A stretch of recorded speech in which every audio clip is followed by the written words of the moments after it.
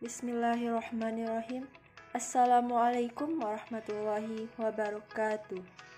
Puji syukur kita ucapkan atas kehadirat Allah Subhanahu wa Ta'ala yang berkat rahmat dan karunia-Nya kita dapat mengikuti perkuliahan daring pada hari ini.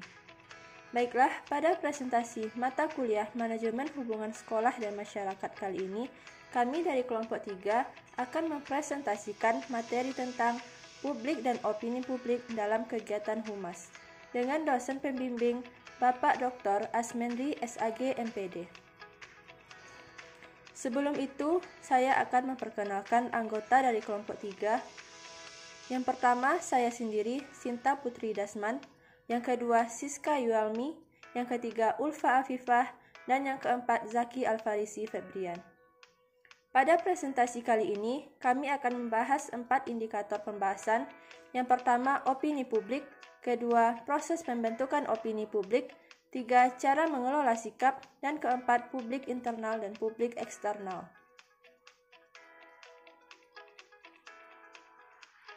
Yang pertama, opini publik. Opini publik terdiri dari 2 kata, yaitu opini dan publik. Opini diambil dari kata opinion yang berarti pendapat, demikian juga dengan kata public yang artinya umum.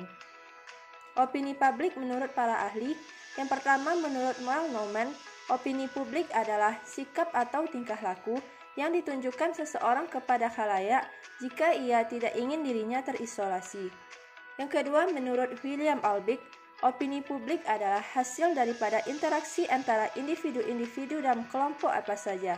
Ini berarti bahwa opini publik itu timbul karena adanya interaksi antara individu-individu yang menyatakan pendapatnya.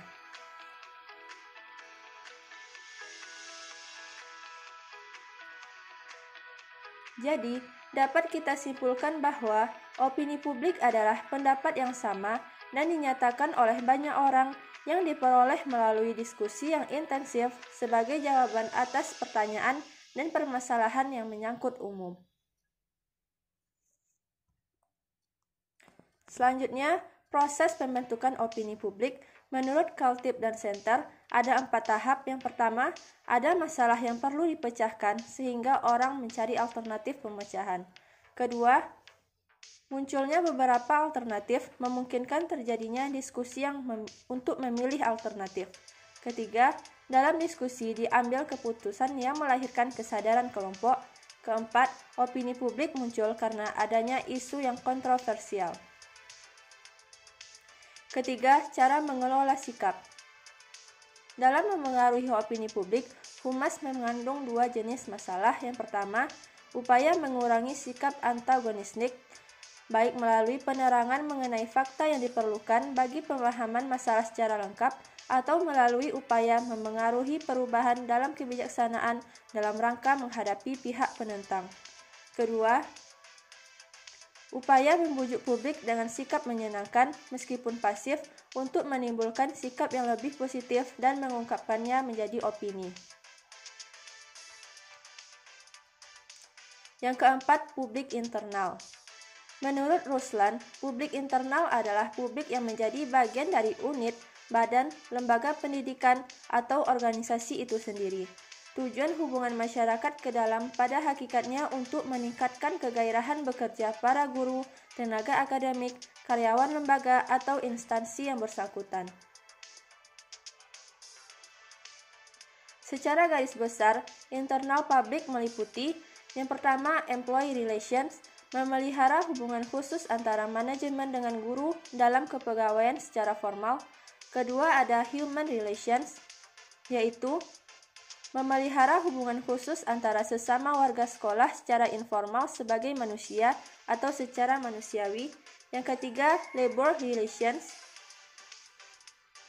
yaitu memelihara hubungan antara kepala sekolah dengan komite serta turut menyelesaikan masalah-masalah yang timbul.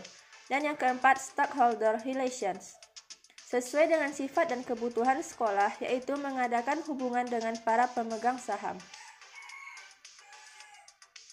Selanjutnya, publik eksternal, yaitu publik yang ada di luar organisasi atau instansi yang harus diberikan informasi untuk membina hubungan baik. Hubungan masyarakat keluar atau humas eksternal turut menentukan keberhasilan kegiatan hubungan masyarakat suatu badan atau lembaga.